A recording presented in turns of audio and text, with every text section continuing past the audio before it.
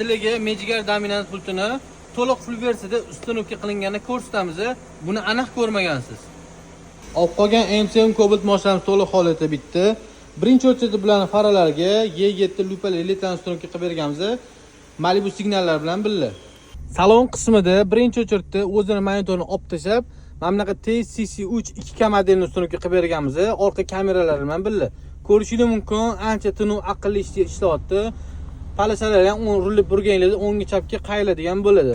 Zuvchalar ham ancha aqlli bo'lgan. Bularga qo'shimcha tarzda dominant 908 original pultlarni ustanovka qilib berganmiz.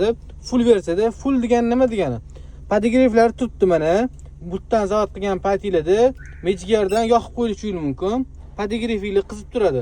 Keyin yana bossanglar, любой payt yana o'chirib qo'yishingiz mumkin.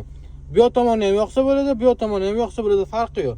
Ikkiga mashinadan o'chiramiz, oynalar tushgan. Mashinadan o'chiramiz, eshikni ochib yopamiz.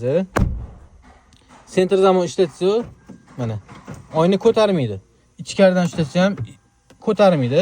Bu qulay tarafi, bolalar o'ynagan paytda bolalar siqilib qolmaydi. Travma bezopasность deyiladi bu narsa. Faqatgina Magigardan quplasa ko'taradi.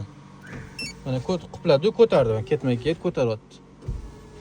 Xudo xolasa, kimga shunaqa full komplektatsiyada ustanovka xizmatlari kerak bo'ladigan bo'lsa, bizga bemalol murojaat qilishingiz mumkin. Bizani kuzatishda davom etinglar, charchamanglar.